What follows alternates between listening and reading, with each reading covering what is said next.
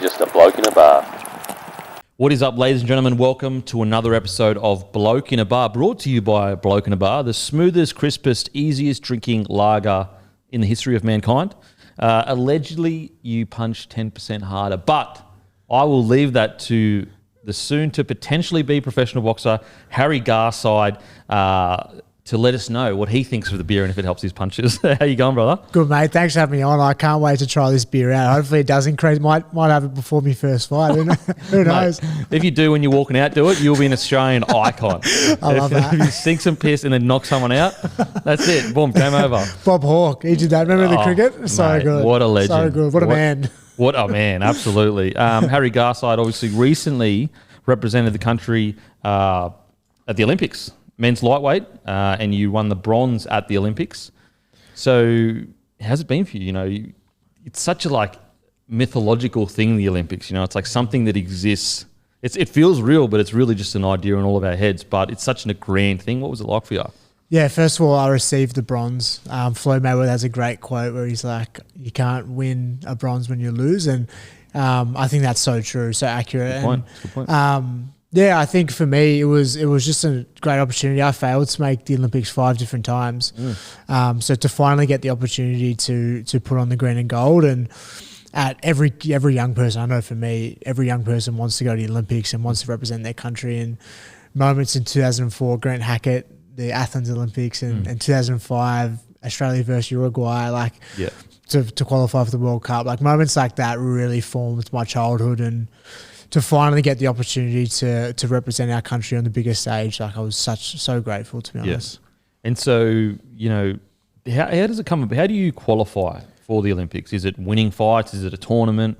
Yeah, it's a long process. So it used to be a lot easier for Australian athletes, or boxers more so, to qualify. So before the 2012 Olympics, so we had to go through Oceania, which there's New Zealand and a couple of islander countries, and you usually just have to win that, and it's pretty easy. For the 2012 Olympics, we had all boxers qualified, and then 2016 they changed it and we had to go through Asia. So to start, you have to win your state title, then your national title, and then you have to go through Asia. And if you're unfortunate, you don't make the top, I think it's top 4 or top 5 in Asia in your weight, then you have one more chance, and that's at the World Qualifier. So it's a bit of a process, but most sports are run in a system like that, where they have to actually win games. Like I know soccer is based on the Asian championships and stuff like that. Yep.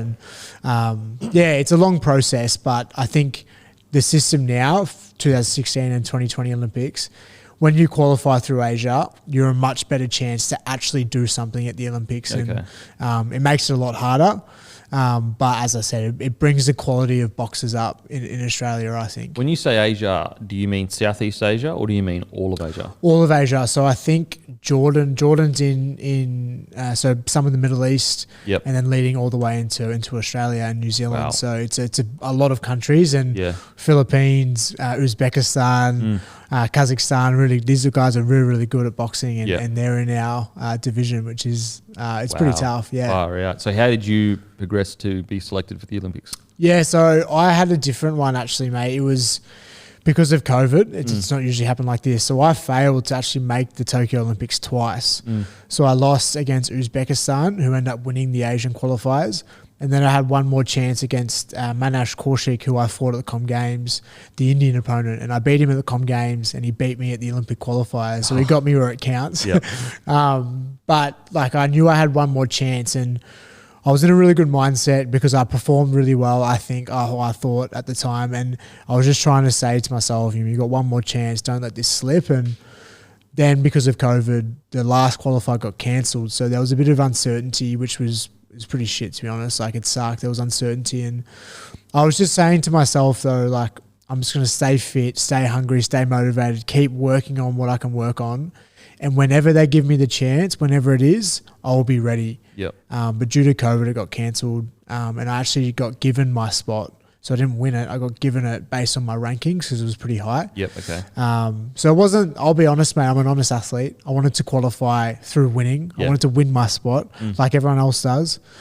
But I think that gave me a little bit of added motivation to prove that I deserved to be at the Olympics rather than if I lost in my first fight at the Olympics, I would have went my whole life thinking I just got given that spot, and I would have been pretty disheartened. So I trained really hard and made sure that I actually did something at the Olympics. Yep. Well, it's crazy to think like how much it impacted the pandemic, impacted the world, and like so many different things that, you know, you'd been working your whole life for that, and then all of a sudden it happens, it gets given to you, but you kind of feel like, fuck, like I've worked so hard for this and it's just given to me, you know? Because you say you failed to qualify 4 times all up? 4 for the Summer Olympics and then once for the Youth Olympics. So 4 for the big Olympics, yeah. And then it just like gets given to you, but then it kind of worked in your favour because you put a little fire under you to say, fuck, I'm not going to go there and lose straight away. Yeah, and it's so important. Like the reality is what I realised pretty early in my boxing career when I started travelling is like we're fighting and competing. The best boxers in the world usually come from third world countries. They usually come from really humble beginnings. And I think for me, I just remember coming back to my life and thinking, I don't really have the same hunger that they have. Their hunger is different. So I was literally just trying to find motivation from anything and everything. Someone says the slightest thing to me, it's like, you can't do this. Add that to my motivation. Add that to the fire in my belly and the things that make me get up and actually try and train hard and prove myself on the international stage. Yeah, it is interesting. Like where does someone find that fire if there is no friction to create the fire? And yeah, as you said, third world country, they're doing it to live. Like Manny Pacquiao is a perfect example of that. Like this guy was pretty much homeless, went and like lived at a, you would know the story, but yeah, that fire, it comes from hardship. Yeah. It's just different as well. Like, I think in the sense of like, my motivation doesn't mean it's all relative. You mean, so it's like someone's struggle is still valid for sure. But I think it's just different. They're fighting for completely different reasons. And I think as Australian fighters, we don't have, I think personally, and I could be wrong, but I think in this country, we don't have like life-threatening problems. And it's just a bit different in some other countries. And I think because of that, I realized that. And I just knew I had to like make sure that my obsession, my want, my desire, my passion, my commitment was at the same level as their hunger to prove themselves, because it's for different reasons. Yeah, absolutely. And so, okay, so you get selected and you go over there. What's the feeling like internally? Is it nervousness? Is it, is there a sense of being a bit afraid or confidence? Like, what are you feeling? Yeah, there's an element of everything. It's a bit of a cocktail, to be honest. It's quite amazing when you train for something for 15 years and then it's finally here. Like, it's a weird thing. And I think as well, not being able to fight 18 months prior to the Olympics due to COVID, like the feeling of that, the angst of that was like, it was almost like I was having my first fight again. And there was, mate, some serious nerves. That first fight was one of the most full-on places that I've ever been mentally. Like some of the thoughts were going through my head and it was extremely negative. But to be able to sit in that and to navigate through that and just understand almost as a combat athlete, this is pretty normal.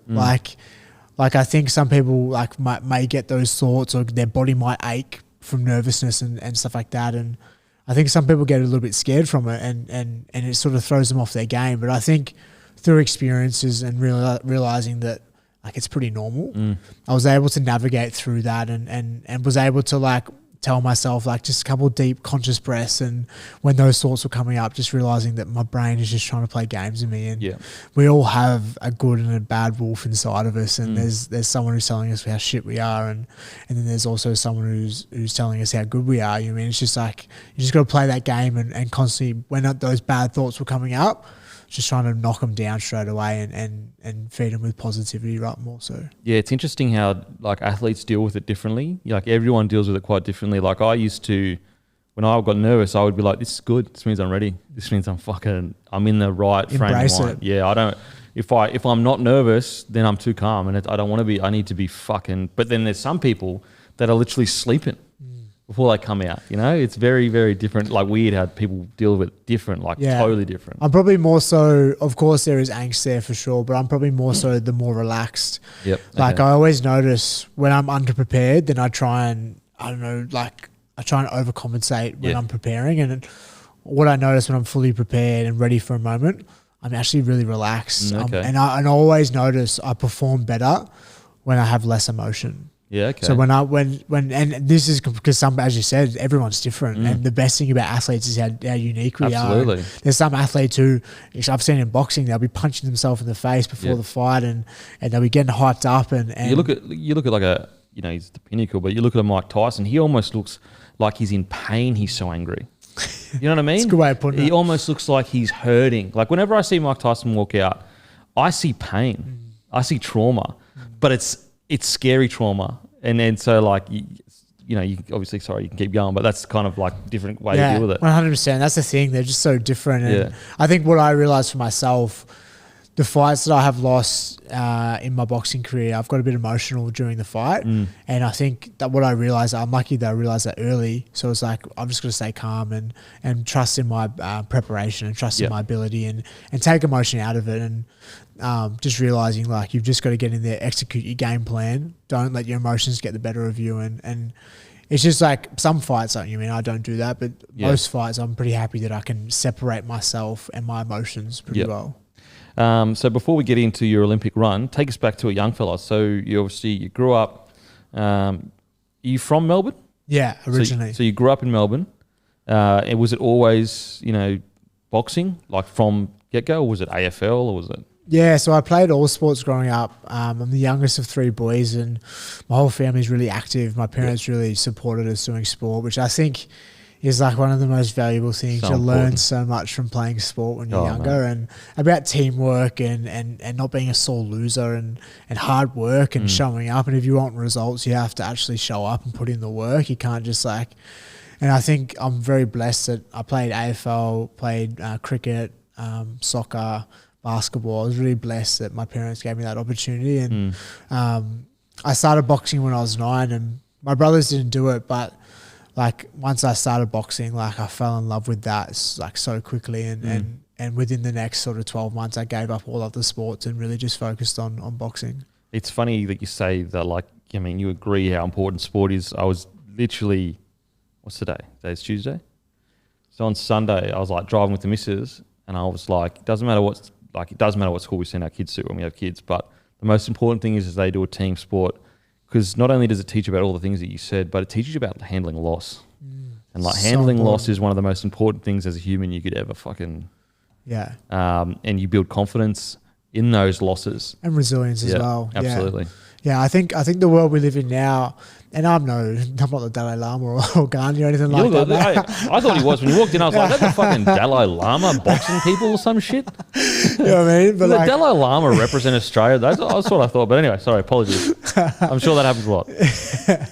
But I think the world we live in now, it's like we're giving everyone a trophy and everyone gets a participation award. And I think, I don't know, it doesn't actually prepare you for when you become an adult and you actually fail or life knocks you down and that happens. And I know I'm pretty scared for young people when they're actually 20, 30 and stuff happens, some really life challenging moments, and have they built up enough like resilience in their childhood to get through that or navigate through that? I'm not sure. And I just know, as you said, like when I have kids as well, I'll be making sure that they do sport as well. And it's it's getting a bit deep here, but I feel like this generation, even we're guilty of it. Even my generation of 34 years old, even the older generation, like we're all looking at ways to feel nothing, whether it be happiness or sadness. We just don't want to feel anything.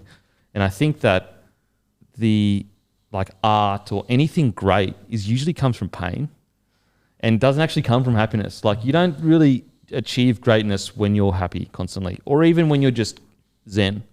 Like, don't get me wrong, there's Buddhists and that are out in the middle of nowhere achieving enlightenment, but what are they contributing to the world? Whereas a Steve Jobs or whatever, that everything that he ever achieved was from pain, was from abandonment as a kid. Look at Manny Pacquiao, you look at Floyd, his addiction to boxing. And so I agree with you that you need to feel loss, so it creates fires. Yeah, I think I can only speak for myself, but I think for myself, like just realizing a lot of my hunger, motivation, and why I want to prove myself so much comes from insecurities, which is similar to pain. It's like trauma, and just realizing that a lot of the reason why I want to be so successful is because I never felt good enough when I was younger, and And I think a lot of people are like that. A lot of people in high performance environments are like they're just trying to fill the needs that they didn't get met when they were younger. And no matter what the experience is, they may not have felt loved by a parent, or they may have felt a little bit of an abandonment, or whatever it may be. Like they felt that when they were younger, and it's like we're all just a bunch of little kids running around trying to get those needs met. And Absolutely. It's quite interesting. I know I've noticed that for me personally when I go into relationships, how I act sometimes, like I want to be loved this way, or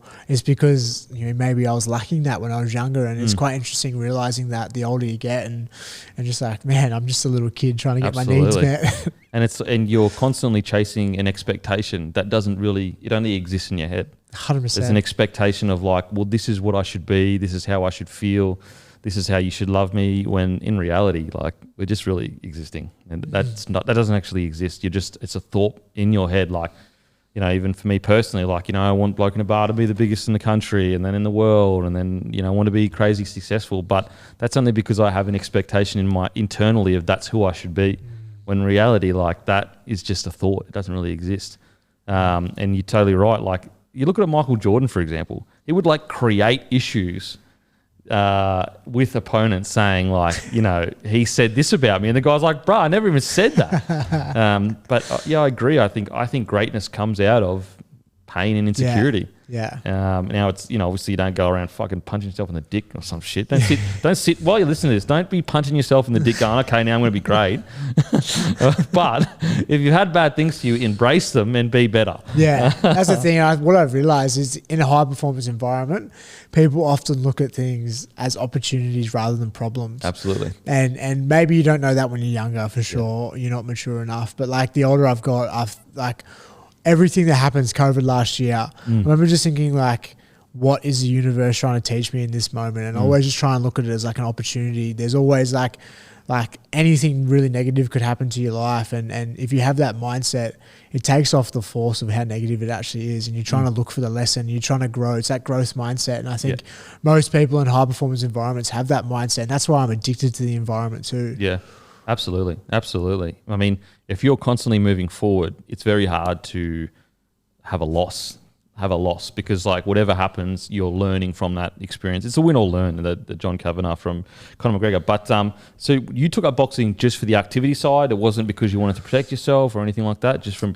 the pure... Yeah, so I tell this story a fair bit. So my two older brothers and my dad were really like blokey, the stereotypical blokes. And they're always... I live in a bit of a smaller town and they're always out the back, buddy, playing with power tools or digging holes, doing blokey things or stereotypical blokey stuff. And I was more connected to my mum and what my mum was doing. I spent a lot more time with my mum inside and or going shopping or cooking. And I just felt like because of that, I didn't get much respect from my dad or my brothers. And they didn't do boxing, but like we watched heaps of Rocky films and they're fantastic movies. And I think I just initially... wanted to do something different and gain a little bit of respect because I thought that was what blokes do. And brothers were always fighting at home or on the footy field and I was like not connected to that at all. And once I started, I fell in love with the sport like within the first week. And there's a combination of reasons why, but I think my coach plays a big role, feeding me with a lot of positivity. And it's just one of those things. You go in such a vulnerable state when you're in that ring and to get in there and overcome a fear of like, I'm going to get hurt, and to overcome that and that feeling afterward, I think is like quite refreshing. And I still get that now. And I've been boxing for 15 years. So yeah, no, it's interesting how, you feel that insecurity of like, not being masculine enough or whatever, but how quickly just learning how to fight, not bashing anyone else, not that at all, but just the skill set of being able to protect yourself, just pulls your chest up a little bit more, makes you stand a little bit taller. What I've noticed as well is I'm a massive one. I really would love to integrate combat sport. Maybe not boxing. I can understand the backlash with head trauma and stuff like that. But like wrestling, judo, Brazilian jiu-jitsu, whatever it is, there's a lot of like good lessons for young people to learn, boy and girl, to learn in those environments, like self-love, self-confidence, respect for themselves and respect for other people. And in most of those sports, you have to bow to your like sensei or your master. And there's just a lot of good lessons that I think they would take into the rest of their life. And to be in such a vulnerable place on a mat, cage or ring is quite like amazing. And I think it's like we're often taught in society it's not that natural, but I think it's the most natural thing we can do as humans is be in combat. That's what we did when thousands and thousands of years ago, trying to find food and fight against animals, and that's like, it feels so natural for me. And I just think in the world we live in now, we're told that it's not natural, but I really do think it is. Yeah, absolutely. Like I think you would see this all the time. And like, I've had a little bit of experience in boxing gyms, so I see it a little bit, and I saw it in myself too. Not that I was like some hyper aggressive person, but just how often you would see a guy externally tough, brash, arrogant, all the toxic traits that it is a man, walk into a gym, and within 6 months he's humble, he's respectful, because he gets humbled, because he realizes that little guy looks like an accountant, can beat the shit out of you. And so I totally agree. I think I agree, like the boxing side of things, I understand the head trauma thing, but things like jiu-jitsu that are very low impact and those things can teach us, like women too, definitely, like definitely not excluding them, but especially young men, because as you said, for hundreds of thousands of years, young men would go off to war.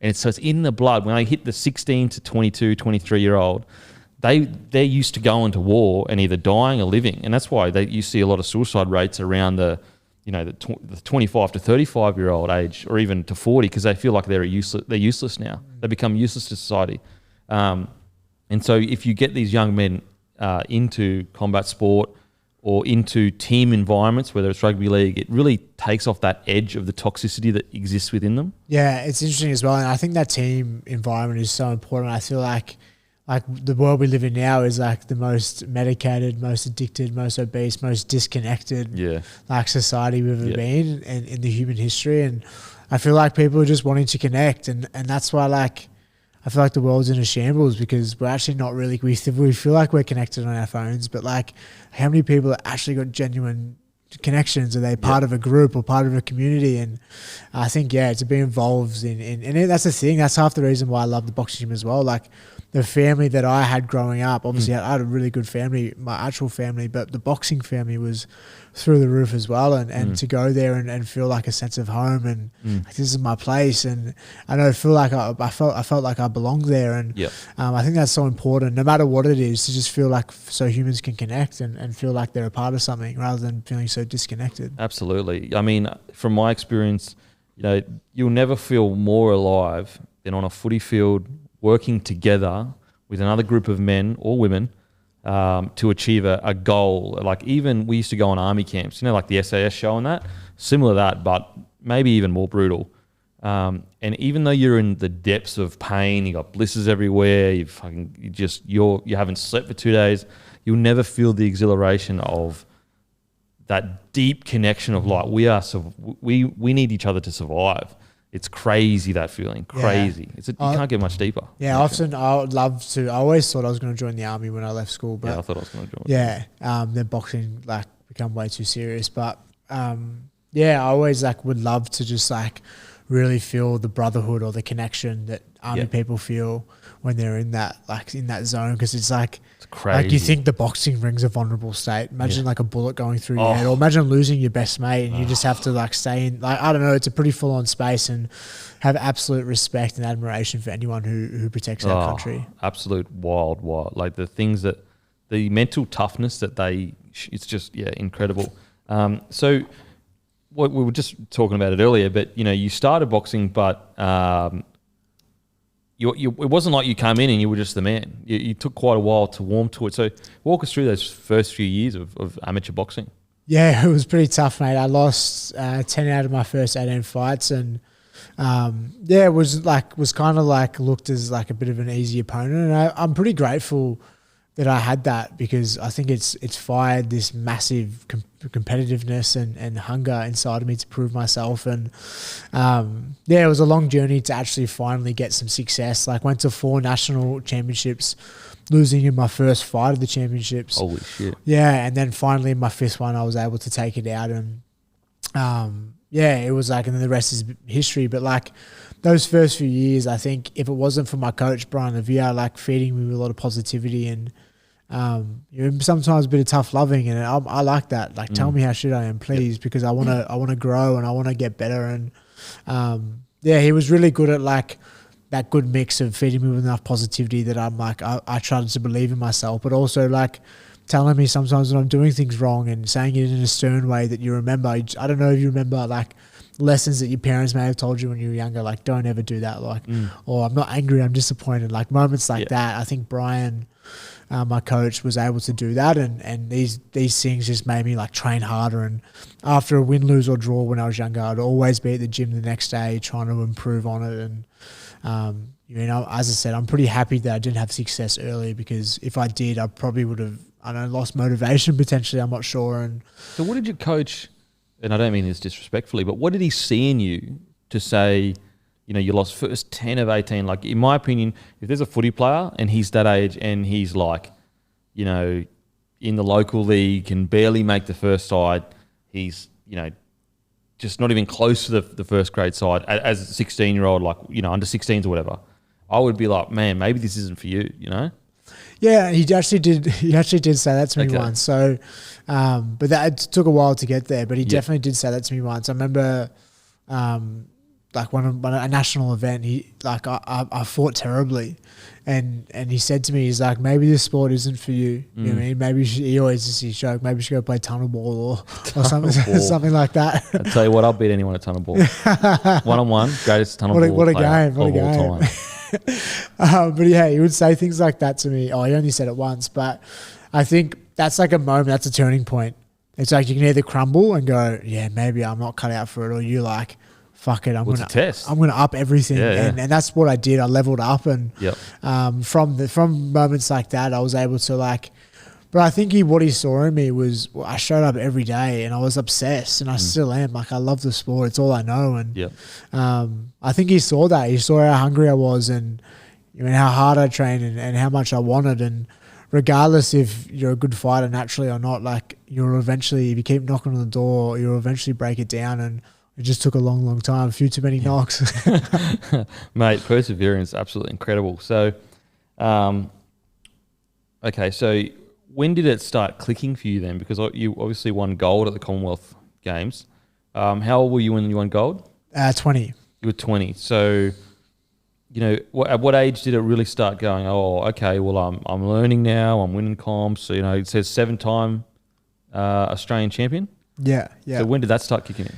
Yeah, so there's a few different points. The first one at the national level was my last loss in Australia against Liam Wilson, who's an exceptional boxer. Yeah, he just lost his last one, to that. Yeah, he did, and he will come back. He's an absolutely exceptional athlete. You know what? I think because I've actually spoke to Liam years ago, and I'd kind of vaguely watched his career, and I just think that he got to a point where I think the level of fighter was just a bit too big of a step, and he was used to dominating with his, you know, hands down. I think he had a real good left hook. And so I agree with you. I think this is actually the perfect thing for him, because I think he'll learn a lot from it, because he was still dangerous in the fight that he lost. Yeah. The other guy just looked like he had more experience. Just more experience, really. Yeah, absolutely. And he's an exceptional athlete, and like just watching him he was the top boy in the amateurs when I was younger, and I have absolute respect for him. He's an absolutely exceptional boxer. Yeah, great boxer. Yeah, great, really, really good, and he's got punching power and a half. Absolutely. And so I'd watched all his previous fights, and he'd been finishing blokes and quite handedly. Yeah. So I agree with you. I do think he'll bounce back. Yeah, he'll bounce back for sure. But that was a bit of a turning point. He was my last loss in Australia, 2013, and he he beat me well and truly, but like that was the first moment I won a couple of fights in the nationals and was like, okay, if I like train really hard, maybe I can win one of these. And the next nationals I trained really, really hard, and I remember like going like, I have to make sure I win this, and I finally won it. And so I think Liam was a massive turning point. That was the moment I started believing in myself more. 2016 Olympic, so I tried for the Rio Olympics. And won a few fights at the world qualifier. So I beat Germany, Korea, and then lost to Turkey And if I won that, I would have made Rio. But that was a moment as well where I was like, okay, like I'm fresh 18 and I'm winning some fights against Germany and Korea. They were pretty good. And I was happy with how I was boxing at that time. And I just kept leveling up. Moments like this just kept leveling up. And like 2016, 2017, just trained really hard and finally got the opportunity in 2018. And so how did you qualify for the Commonwealth Games? Did you just by winning? Yeah, so it's a bit easier to qualify for Comm Games in the sense of like you just have to win your state and national title. So it's not like the Olympics where you have to qualify internationally. Yep. You just have to win. And realistically, of course, there is really good fighters amateur in Australia, but it's not a massive sport. So there'd probably be one, sometimes two people enter from each state. Like sometimes, I think I only had to win 2 fights to make the Commonwealth Games. And it's just like, it's not a massive sport in Australia. Yeah. So when you went to the Commonwealth Games, were you expected to win, or was this something that was, Some of the boys back home made a bit of money on me, so I'm not too sure. Really? Yeah, I'm not too sure on what the odds were, but I definitely wasn't expected. I think the Indian not Luke McCormack. What was his name? The English bloke, I forget his name, it's escaped my mind, but there was a few other people who were probably more favourite to win it. Crazy, like the Indian, he's got to qualify from a country that has 1 billion people. It's crazy, isn't Do you know what I mean? Like that, so the standard should technically be so much higher because it's so much hard. Like him, put it this way, him qualifying for India is like you qualifying for Australia, but the population is times by more than 100. Yeah. You know what I mean? Like it's like 100 Australias fighting each other and then you get all the way to the top. That's how good he's got to be to qualify. 100%. And he's an exceptional athlete. And as well, as we mentioned at the start of this, like his hunger and want. It's a poverty-stricken country. Only way out, probably. Only way out. Yeah. So he does really well. He got a bronze medal at the 2017 World Championships on 19, sorry. He's an exceptional athlete. And I think one of those boys were the favourite. And I definitely would have been maybe top 6 potentially. Yep. But I wouldn't have been number 1 for sure. And so, walk us through the tournament. Yeah, so I fought 2 African nations first up, Ghana and Namibia. African nations are usually really awkward. They have punching power, quick hands, very athletic, long arms.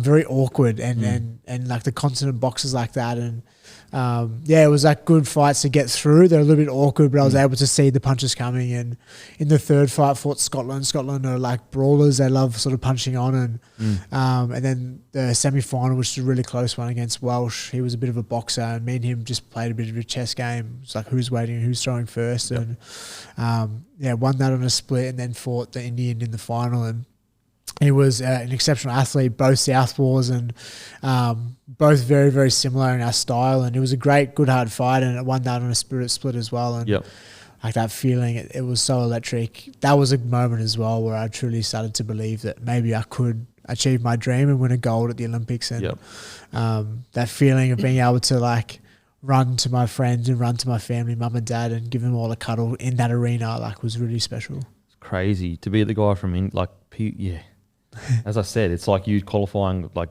hundreds of times of Australia, getting through all those people. During the fight, did you feel like you had it in control? Yeah, I did. So it was a really close fight, and as I said, we have mirror styles, so it was very similar in how we were boxing each other. But it was a really close fight. But I said to my coach, and Kevin Smith, the national coach, I asked him after, and he's pretty honest. I said, "Do you think I got it?" He's like, "Yeah, I think you do." Yep. And I could see he truly believed it. And the fight was really close, and I knew that, and it deserved a split decision. And to get that result, I was like over the moon. And so has the Indian guy gone on to be pro, or is he still amateur? Yeah, so he's still amateur. I think most countries in the world, they don't really turn pro. It's only some of Europe and South America. Like a lot of countries, they're really patriotic. Once you turn pro, you don't represent your country anymore. You represent yourself more so. And I know Cuba, it's illegal to fight professional in Cuba. You get deported from your country. What? Yeah, so you have to leave Cuba and you can't come back. Yeah, which is pretty full on. Rigondeaux, who's a 2-time Olympic gold medalist, left and he can't go back and see his family. Wow. Did Rigondeaux, or was it Chocolatito that fought Lomachenko? Rigondeaux fought, yeah. And he didn't not get off of his stool? Yeah. It was heartbreaking to see because he was an exceptional athlete, but Lomachenko was just too good.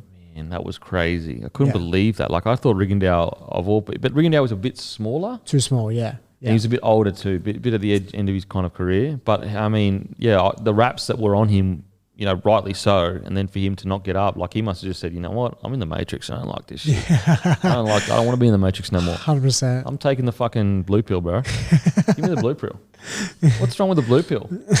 Seriously, just enjoy your life. We're living in the Matrix anyway. What's the difference?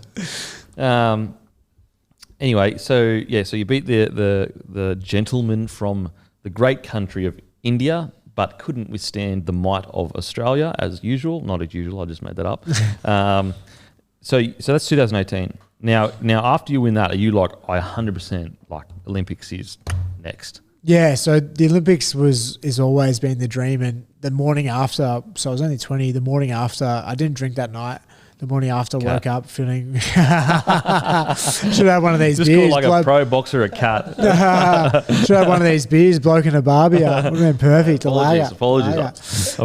But yeah, I remember waking up that morning and just changing my phone background to Tokyo 2020. Like the Olympics has always been the dream. This Comm Games was just a great moment to really like show my worth and to the international boxing scene. And after that, I just really honed in on everything. And you're not fighting just, the local, Aussies that are solid, but they're not the cream of the crop. Like you're fighting the cream of the crop, technically boxing wise.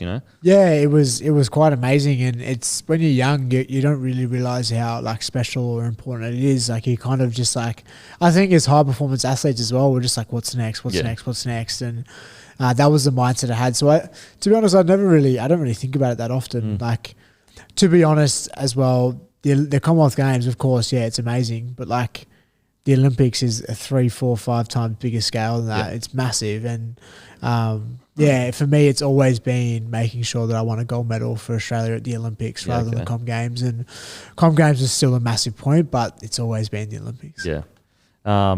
So the next 2 years, and was there anything that happened in that 2 years that, did you get injured or like that, or was it just smooth sailing to get to the Olympics? Yeah, so it wasn't really smooth sailing. I've been pretty lucky with injuries, but at the start of 2021, the Olympic year, I did an injury in my hand, so it was a pretty common injury, boxer's knuckle, and the doctor said, I got an MRI scan, and the doctor said, you're going to have to get surgery, and I said, how long's the surgery? He said 3 to 6 months. And I was just like, I can't really do that at the moment, mate. And I couldn't throw my hand for 3 months prior to the Olympics, which was doing my head in. But the last month before the Olympics, got a cortisone in it and was able to throw it in training camps and sparring. And it wasn't ideal, but also it didn't really affect me. I made sure I did everything else outside of the ring to be prepared. And finally, the last month I was able to throw it. But besides that, the preparation of the lead-in was pretty solid. I'm pretty grateful in a sense that COVID happened. I was able to spend some time at home, which doesn't happen. I was able to really slow down. I think in the high-performance environment, we're often bull at a gate, and I am personally, and I was able to slow things down and work on technique. And that year I really honed in on my craft and making sure that I was like knuckling down and keeping my right hand up and trying new things. And it was a really good year, to be honest. And 2021, once that year turned, I was like, it's all or nothing. Let's go. Yeah, far out. So the training up to it pretty much went up without a hitch? Yeah, besides the hand, everything was really good, mate. Like we were lucky because of COVID. We thought we were just staying in Australia, and like it's manageable, but as combat athletes, you need to be sparring and competing against the best to sort of rise that occasion. And we luckily got accepted to go to America to train with the American amateur team at the Olympic Training Centre. So we trained there for 3 weeks, high altitude as well, which is great for your fitness. And then we went to Japan, a place called Miyazaki, which is 2 hours south of Tokyo, and went there for 3 weeks as well. So we had a great 6 weeks. How'd you go, like, because America, a lot of those amateurs will probably turn pro. How'd you go over there? I know sparring isn't the be-all and end-all, but you can kind of gauge, I'm moving pretty well with a gun in America. How'd you go over there? Yeah, it was good, mate. There was boxing with some extremely good boxers, and I know I have before, but it wasn't recently. I think it was 2017. I boxed Shakur Stevenson, who is world champion, 2-division world champion, is absolutely exceptional. But there's some really good athletes, and I was quite happy with how I was boxing. That was the first month. So my first spar after 3-4 months was actually in America after my hand.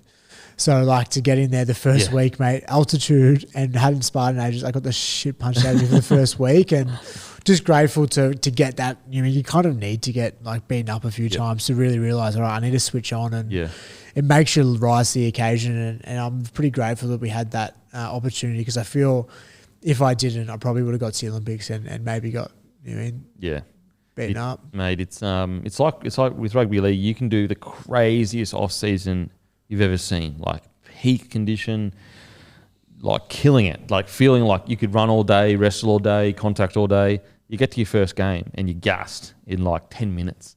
And it only takes games to get game fitness. Just like I'm assuming boxing, you need to spar to get used to the anxiety, the pressure, all that kind of stuff. Yeah, it's the most important thing. And what I noticed, I haven't sparred since the Olympics, so these leading into my next fight, like the first few spars, your body's not conditioned. Yeah. So it's like it'd be the same for rugby. Like if you're not smacking up against other people, or for us getting hit, like your body, your head, you get more headaches. Your body's, your arm, you're like, Jesus Christ, like. But your body just needs to get conditioned to that trauma or that constant like beating, and that's what we need. That like, and you need the high quality as well. If you're boxing people in Australia, like, you might be the best, the cream of the crop in Australia, but like that's a small pond. It's a really small pond compared to the rest of the world. And that's something that I've realised. We really need to compete and spar and train and alongside other international athletes. For sure. So you get across there, go to your first fight. How'd your first fight go at the Olympics? Yeah, it was the nerves and angst before that fight was extreme. But it was against someone who I hadn't fought before, but I'd sparred him, John Umi from Papua New Guinea, and he punches like a steam train. Really? Yeah, he punches like an absolute steam train. And I knew that, but I just knew technically I could just outbox him and box really smart. And I was really happy I got that fight. Knew he was an absolute dangerous puncher, but I knew I could just really box smart and play it safe and just get my eye in, just get that like nerves and get all the preparation out on the table. And the first round was lucky to get through that, and just like really just once that was done, then the second and third felt more and more comfortable. And it was a good hard fight, but happy to get that decision. And so the next fight, who was it against? Jonas, who it was someone who I've always wanted to fight for numerous reasons. I remember. 'Cause he has two first names? Yeah, 100%. He won the Comm games at 64 and I won it at 60. So he won at the weight above me, and always wanted to just see how I stack up against him. And I love my dad to bits, but I remember he said something after I won the Comm games. He's like, geez, that Jonas is good. Yeah. And I remember it. He's almost like he was saying Jonas is better than me. And I'm just like, all right. And I just remember thinking that to myself. And I really wanted to fight him just to see how I stack up against him. And he was an exceptional athlete. But happy to get that decision as well. Like, it was box. Where was he from? Namibia. African country, yeah. Okay, yeah. Boxed really smart and just executed the game plan that the national coach gave to me, Kevin Smith, and was really happy with my performance in that. That was a good hard fight. I knew if I could get through that, I could win a medal. And the next fight against the Kazakh was definitely a really hard fight. Deserved a split decision, which it was. And also someone I've always wanted to fight. He's an extreme athlete, but he's a bit older now, and he's been around the circuit for ages, and never had the opportunity to fight him, but just grateful to get in there with him as well. And we put on a really good fight, which is great. And so was that so that you beat the guy from Kazakhstan, and then you fought the guy from Cuba? Yeah. So after I won the bout from I beat the guy from Kazakhstan. That's when I knew I secured a bronze, and it was just all steam ahead for that gold. And there's a few different things I haven't fully. Only recently I'll actually watch the fights back. I went a bit numb once I lost that fight against the Cuban. I went really numb, man. Like, it's kind of just like. It's so hard to explain exactly what happened, but I just, for about a month and a half, I just felt like nothing was really like exciting me. And besides my girlfriend, she was like the only person I was getting energy from. But besides that, I was like, I was just really numb. And I think I was just like, there was a lot going on, a massive moment. I think I just sort of pulled away from that I felt like I was like out of body experience for about 6 weeks. It was a weird time, man. Yeah. Do you think it's like, you know, you had this goal your whole life, the Olympics, the gold medal, and you fell short? So not depression, it's a big word, but almost like an emotional vacuum kind of from it all? Yeah, 100%. And I think high performance environments, they breed like some severe mental health issues, whether it be depression or anything, like whatever it is, it's just, but it's part of the mindset and it's part of the environment that you're in, and it's part of it as well. And I think for me, just like I've been there before, that was probably the heaviest for sure. Like doing the 2-week quarantine wasn't great when we got back either, like being trapped by yourself. Like it was full on in the sense of like battling a lot of demons, but also just like being aware. Like I knew that I prepared for that. I knew that was going to happen. We have so many, like it's almost like you hit this peak. You're like even peak performance, peak emotional state, and you have to slum it. You have to go down. You can't stay at that. And absolutely. Yeah, every athlete that I've spoken to, once they've hit their peak, there's a massive slump. And I went through that, man, and I feel like I'm on the other side, which is great. Yeah. I mean, it's only natural, you know, you're building towards something your whole life, and, you know, you don't get it. And I'm assuming that were you disappointed with your performance? Did you feel that do you feel like it was more him taking away your weapons, or do you feel like it was you not performing on the big stage? Both. Yeah. So yeah, it's a really good question. After watching the fight, it was a bit embarrassing, man. Like that guy, Andy Cruz, I knew he was the pound for pound best fighter at the Olympics. Like he is well renowned as a bit older as well. Yeah, more experience. He's had like 120 fights internationally, only lost 8. Wow. I've had maybe 30, and I've probably lost more than I've won. But yeah, like I just really wanted to see how I stack up against him. And the worst thing was like I'm massive on visualizing, and before every fight I was able to visualize myself getting the decision and being happy and boxing really well, and the warm up, I could visualize everything. I was in a really good headspace, and before that fight, like I found it really hard to visualize it. It's almost like I lost before I even got in the ring, and that sucks to say out loud, but yeah, it's the truth. That guy, I think just his reputation got to me, and when we were actually in the fight, there was 2 things that I thought of, and I think one of the biggest things, the best athletes in the world, Tom Brady, Kelly Slater, Serena Williams, these top athletes, Michael Jordan. Yeah.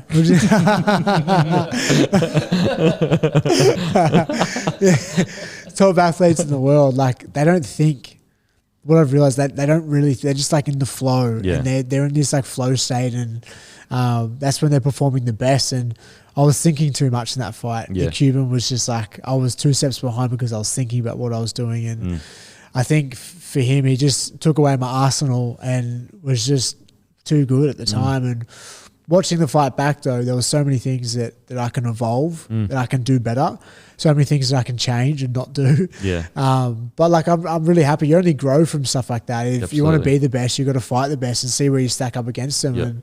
And that's the attitude that I will always have. You mean, I love taking on the challenge and never shy away from anything. I don't care who you are. I'll fight you. Simple as that. And try my best. If I get knocked out, if I get beaten, like that's fine. I'll get back up, dust myself off, and I'll try again. Yeah, absolutely. It sounds like, and I watched the fight. It seemed, and again, this is from a guy that doesn't really know much about boxing, but it seemed like you were waiting for him to do the great thing that he does, rather than going, no, I'm going to control this fight. Like I'm actually the man here.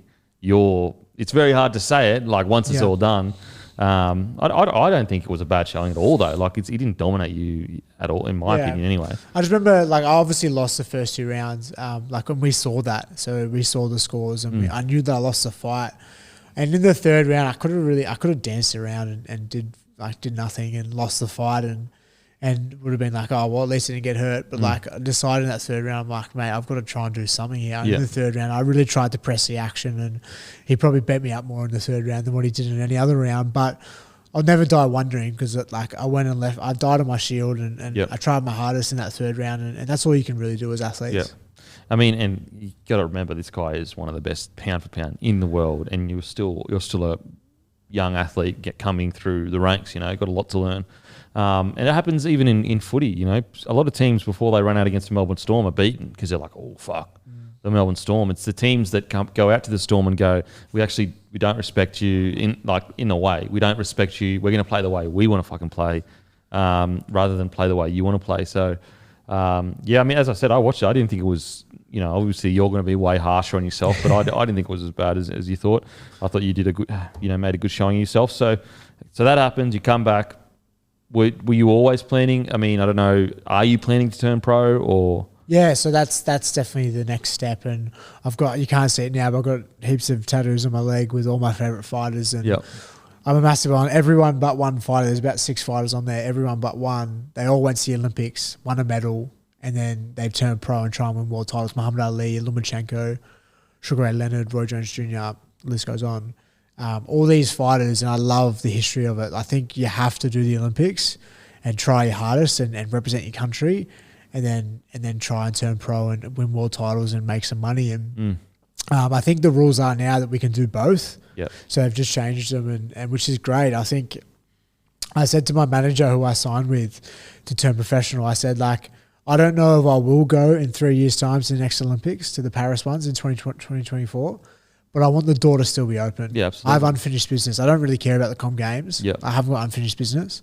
But the Olympics, if the hunger, desire, the want is still there, then in 3 years' time, I'm going to try again, have a red hot crack, and I want to be the first Australian to win a gold medal for boxing. And because you're the first Aussie to win bronze, weren't you? First Aussie in 33 years. Yeah, we haven't won one since 1988, where Spike Shaney won a silver, but we've never won a gold medal. Wow, it's crazy. So do you feel like your style, for people that are not as in tune with the boxing world as myself, amateur boxing and pro boxing is very different? Like I know they've tried to change amateur boxing up a bit with taking the headgears off, but amateur boxing, correct me if I'm speaking out of turn, but it's very like points, a lot of points. The gloves are heavier. Do you feel you have a style to suit pro boxing? I definitely have more of an amateur style, but like in the sense of like you kind of have to adopt whatever sport you're in. Yep. I couldn't fight like a professional in the amateurs. You'd get beaten by someone like that Cuban or most other fighters. You get beaten pretty easy in the sense like it's fast paced. It's a bit more technical. It's a bit more of a sport in the sense of like you're there to like, you're not there to hurt someone. Yep. You're there to beat someone. Yeah, because a ref will like jump in an 8 count. Of course. If it's like a stinging shot. Yeah, and I think in professional, you're there to hurt someone. You're there to do damage. You're there to like, it's a performance. You want to show, prize fighting. Exactly right. You want to show that you're the man. And I'm excited for the next chapter. A lot of people, but I just added to my arsenal. A lot of people don't back that I'll be any good as a pro. They think that I don't punch hard enough. They think that I've got too much of an amateur style. But like, I'm excited. I just add that to the arsenal of who are the people I want to prove wrong. And I'm the type of person like I'll work at anything and I'll adapt whatever style I need to adapt. And I think from being in the sport for so long, and my first coach, Brian Levere, he was a professional coach. So he taught me a lot. I was always in the corner of professional fights down in Melbourne and seeing how it operated and I always saw that world. Like I understand it. I'm not silly. I understand it. And I understand the difference as well. And I understand where I lack and I understand what I'm good at. So I'll just be adopting a few things and changing a few things in my style, but I don't think it'll be a hard transition. Yeah. I'm excited for it as well. Like I'm not going to be world champion in the next year. Like you got to ease into it. I'm 24. I'm in no rush. Yeah. But hopefully by the time I'm 30, I'm world rated and fighting for world titles. That's the aim for sure. Yeah. It's interesting. I again, you know more about boxing, way more about boxing than I do, but I feel like it's kind of a myth of like, if you're a good amateur boxer, it doesn't translate well to, prize fighting, because like, look, Floyd went to the Olympics, Lomachenko was an amateur boxer for ages. There's example after example of amateur boxers doing well in boxing. It's not a super rare occurrence, It's just like, it is two different sports, but it's still boxing. Yeah. And the reality is like being involved in the sport, and if you can't teach having a good chin. If you've got a good chin, you've got good technical. I think amateur boxing is a little bit more technical. Yeah. So taking that into the pros, I think is a great asset to have. Yeah. You probably got to slow your feet down a bit more and take your time. There's no rush. In the amateurs, you've got 9 minutes to really just fit in as much as you can. And, I think they're just two different things. But like as you said, there's just so many fighters that have gone to the Olympics and then turned professional and won world titles and done really well. Bronze bomber, won a bronze medal at the Olympics. Absolutely. Like there's so many athletes that have done it. I never told anyone this, but I actually never knew that you could go to the Olympics when I started boxing. Oh, really? So for like 2 years when I was boxing from 9 to about 11, I honestly always just thought I was going to be the next Muhammad Ali. It's going to be heavyweight. Really? Oh, I'm not heavyweight champion of the world, but I was going to be world champion. Yeah. And then when I was about 11, someone told me that you can go to the Olympics for boxing. I was like, oh, then that was the dream. That was the focus. And after that, like I've always wanted to just turn pro and win world titles, and I finally get that opportunity. Mate, it's going to be so good. And speaking of with fingers, hey. That's cool. So I read an article, and I actually asked you earlier. So the article said that you wore you painted your nails because a desire to defy gender stereotypes. Can you explain to the people what do you mean by that? Yeah, so I think the things like in life that I think we're really passionate about, this is how I feel, are the things that are really close to our heart. So this is something that was really close to me, but it's also like you go to a comedy show, right?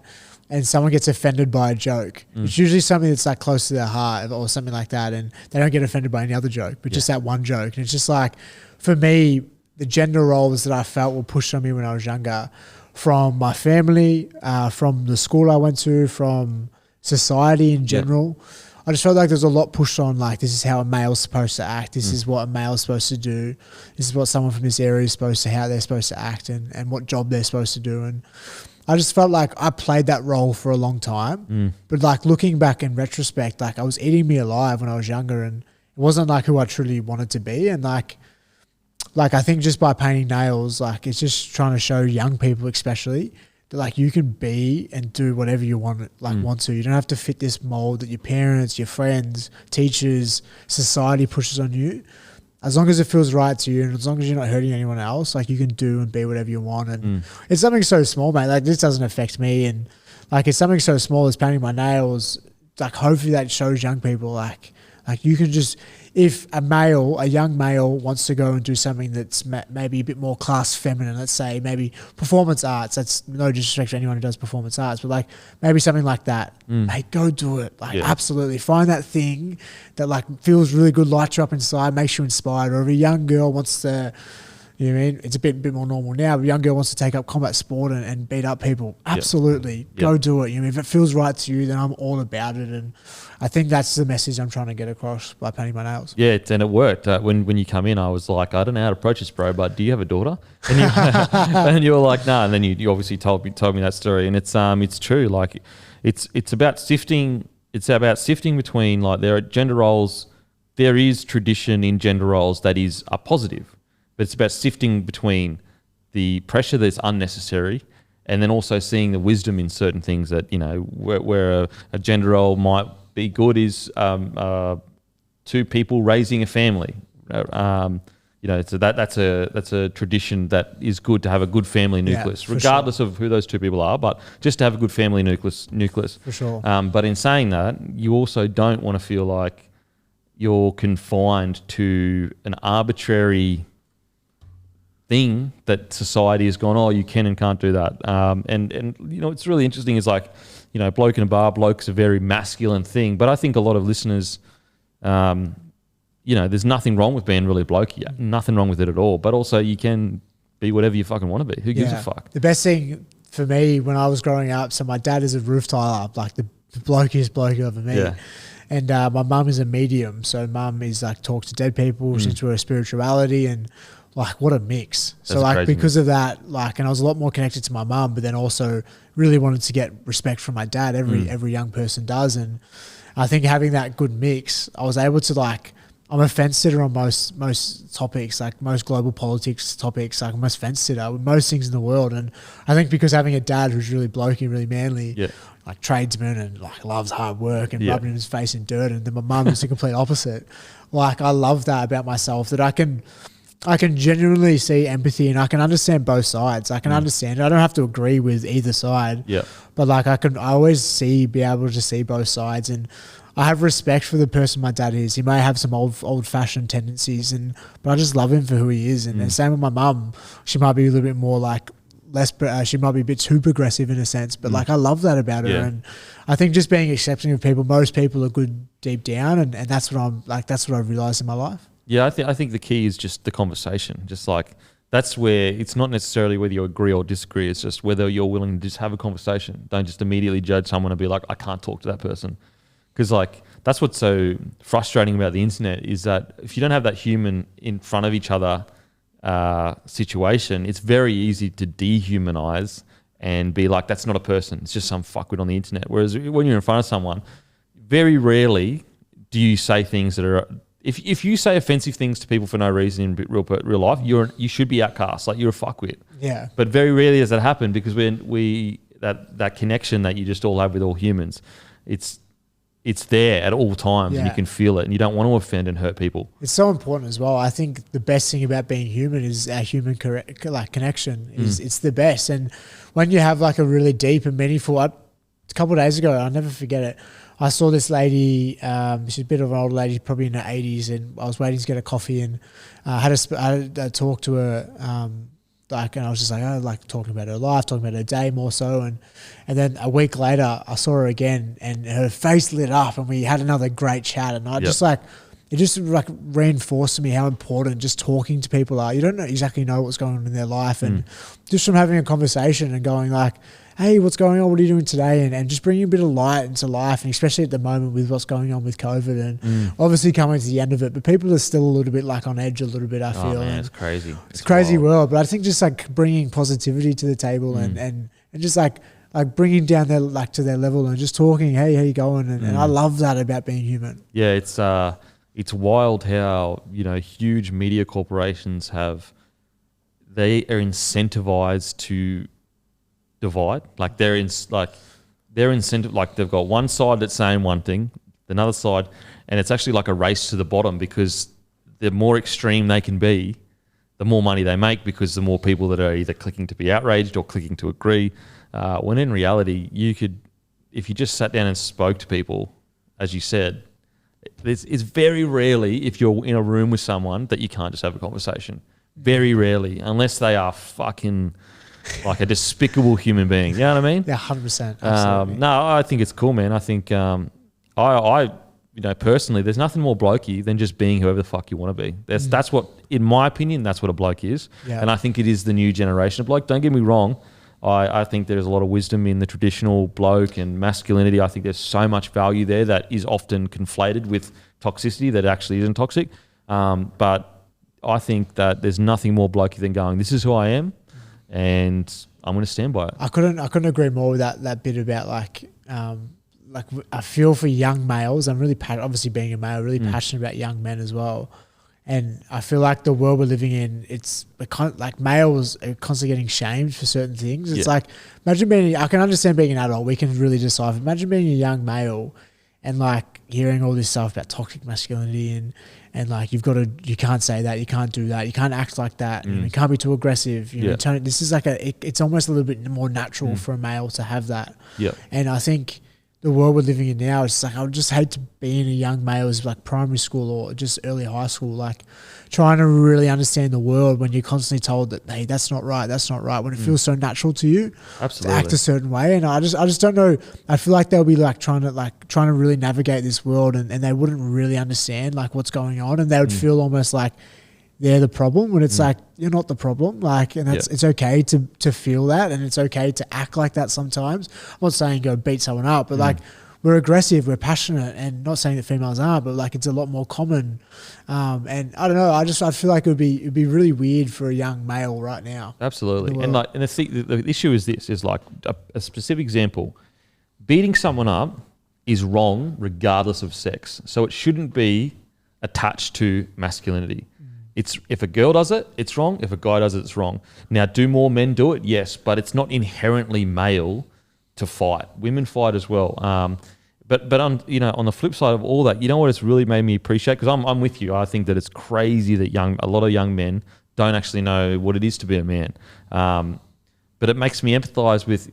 Think about how many years women have been told, you can't do this, you can't play sport. You can't, you can't be a go-getter. You can't be loud. So I just think that, both sexes have their struggles, but it doesn't mean just because one is struggling, it doesn't take away from the other one's struggle. Of course. But I'm totally with you. Like the young men these days, young men, especially like young, Indigenous men, and I mean they're dealing with that as well as the male side of things. So yeah, it's tough, and because not all that needs to happen, but a lot of it just needs to be conversation. Oh, 100%. It's conversation. That's why I think podcasts are going off, and it's so true. Like it's not gender based at all. Like each gender or each person has their own stuff going on. Absolutely. Simple as that. And I know like it's really hard because we're really disconnected with social media and our phones, but like it's so true. That's why podcasts are great, because you can actually sit here. When do you actually get the opportunity in life now to sit down with someone and have a genuine conversation for over an hour? It doesn't happen anymore. Doesn't happen. And I don't know. I think it's great. And I think if you could take something out of this chat, even if it's this, like sit down with your family, put your phones away, and ask them how their actual day was, or what's actually. I always notice when I go to family engagements, like I haven't seen them for ages, and you dress in different clothes to look a bit different, and you present a little bit different to your family, like your extended family. And it's like no one ever really talks about what's actually going on. Like, hey, how's your job going? Or like, are you paying all the bills at the moment? Like, what's actually going on? You know what I mean? But no one ever talks about that in my family, at least. And it's like, fuck. It's all small talk. Yeah, small talk. Like, just like, to get by, this is the right thing. Where family is supposed to see each other, but you don't actually really know each other that well. I think the nail polish, I think it's great. It is a great conversation starter, and it is good to start talking about that, because like a lot of blokes, young men that see you and they see that you've got nail polish, but there's no one that can question your masculinity because you're a fighter. You know what I mean? Like that's the traditional sense of what is the most masculine, thing in the world. Oh, it's gladiators, it's fighters. And so for anyone to sit there and go, oh, what a pussy, this, that, and the next thing, it's like, well, actually, I've earned the right to, you can never call me that. So young men that, may feel like they want to do something else, when they see you doing, they go, I don't have to feel like less of a man if I want to do something that isn't traditionally seen as masculine. Yeah, and I love that about myself. Like I'm just a massive one I'm like a bit of a walking contradiction. My girlfriend says that to me, like wear TNs, have a mullet, but then also paint my nails and sometimes dress in some weird clothes, and like constantly just do things that are a little bit different and unique and strange. And I just think that's the best thing about being a human, is like each individual human is so complex, unique, beautiful, strange, different. And like, that's what makes us so special. And I just really hope that like people like realize that you can just do whatever you want. Like it's fine, and don't feel shame or guilt or regret for depending on what you're doing. There is a fine line. I got a lot of shame and regret. No, man, I think it's fantastic what you're doing. I think there's going to be a lot of young men, especially when you turn pro, that are going to realize that I can still have the good traditional things of being a man, but also if I want to have a bit of fun doing something else, I can do that too. I think the next generation of athlete is really showing that. Like, you even look at like a Kalen Ponga compared to my generation of athlete. Like Kalen Ponga, he'll dance, he'll put up TikToks, and yes, the older generation, they'll put shit on that. But I think most people, they'll put shit on it in a caring kind of way. They don't really like dislike him. I mean, he's one of the biggest superstars in the country. But I just think it's good because it's showing that you can just do that kind of stuff. Whereas when I was coming through, fuck me, you could do that shit. I always wonder as well, like you think about the older generation, how they sometimes criticize the younger generation. Like I wonder if our generation, when we get older, if we start, we probably will. Mate, you know what? One promise I've always said to myself is never do that. That's what I say as well. But like it may happen. It may just happen. I don't know. No, if you're aware of it, you know what? If you're aware of it, I don't think it will. Yeah, we're too conscious. Yeah, I'm too conscious. Like when I, as I said, when I see Caleb Ponga dancing to TikToks, like I'm of a generation that would put shit on him, but I never put shit on him because I'm like, that's mad. He's just being himself. Yeah, that's good. And I think a lot of listeners to Bloke in a Bar, that's why they enjoy Bloke in a Bar, because it's just like, we are blokey, but also fucking do whatever. Yeah. No, I think it's really cool. I ask all the guests this: favorite rapper of all time. Ooh, that's a great question.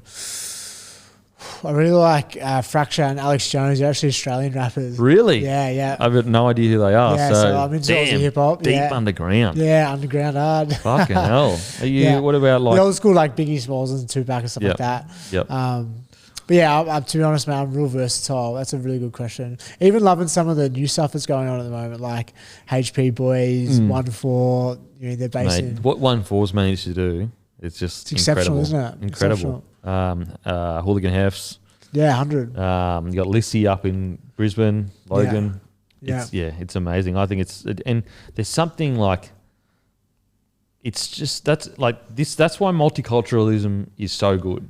It's because like only something different could bring that different sound. Like I know drill is more, you know, London and England and that, but they put their own kind of spin on it. And that's what's so beautiful about multiculturalism is that like you get these different feels and sounds and cultures and, you know, don't get me wrong. There's, you know, Aussie hip hop is fantastic, but would have they suited a drill beat? Probably not, but it's still like they're both cool in their own right. 100%. So yeah, all those boys doing those just sick, so good, so good. I'm loving it, absolutely loving it. And there's where the scene's going. It's just like I often get like a little bit, I wouldn't say depressed, but I get a little bit like sad when you think there is music out there that I will never hear that I will potentially love. Yeah, it's like damn, like man, I just wish I could. You know what I think is crazy is like, how the fuck are they still making new melodies up and shit? Like surely every melody and beat has been made. So true. But it's just like, it just keeps getting made. Yeah, it's the best. Fucking crazy. Favorite movie of all time? Good Will Hunting. Great movie. Great movie. All time. Matt Damon, so good in it. Robin Williams. Yeah, unbelievable. And he just like, oh man, when he's like, you think you're so tough. Like when he's talking about, I think his wife or some shit. Oh, he's like, you don't know nothing about love. He's like, you don't know nothing about love. And he's just like, ooh. So good. You're so right, Robin. Fuck Paul. Sucks that he's gone. If everything happens perfectly in the next 12 months, where are you and what are you doing? Ooh, a great question. I hope that I've got a bit more money in the bank. As an amateur athlete, it's tough financially, and at least now professionally you can earn a bit of money and hopefully start to like get a good amount of savings and boxing wise, really hope that like got a couple of regional belts and sort of starting to like really make a name for myself in the international stage for professional boxing. Hope that me and my partner are still together. We're doing really, really solid at the moment and fresh paw. It's only a couple months old and you've only been with her for a couple of months? Yeah. Honeymoon phase, bro. Yeah, I know, exactly right. So as I said, it's going really well now, but she's 33, a little bit older than me. I'm only 24, so yeah, extremely mature, and I'm really happy with how it's going at the moment. So I really hope that me and her are still kicking on and doing really well. And yeah, I really like Sydney, so probably still in Sydney. Don't get caught up in the Sydney life though, bro. Swallowed many a men and women. Mate, thank you so much for coming on, bro, and good luck with the career, man. I'll be watching closely. Legend, mate. Thanks for having me. Done. Boom.